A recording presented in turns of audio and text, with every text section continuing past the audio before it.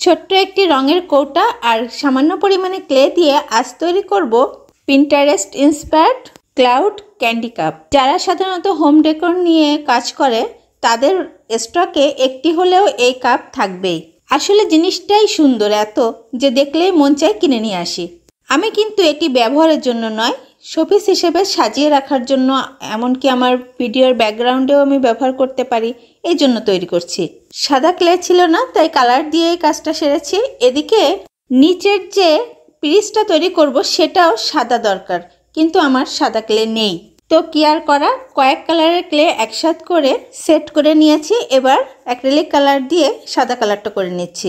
ভালোভাবে শুকিয়ে ক্লে এবং কালার সেট হয়ে যাওয়ার পরে আমি বার্নিশ অ্যাপ্লাই করে নিচ্ছি। ব্যাস তৈরি হয়ে গেল পুরাতন কাচের বোতল থেকে কিউট একটি ক্লাউড ক্যান্ডি কাপ। আপনাদের কাছে কেমন লেগেছে অবশ্যই জানাবেন। ভালো থাকবেন সবাই, আল্লাহ হাফেজ।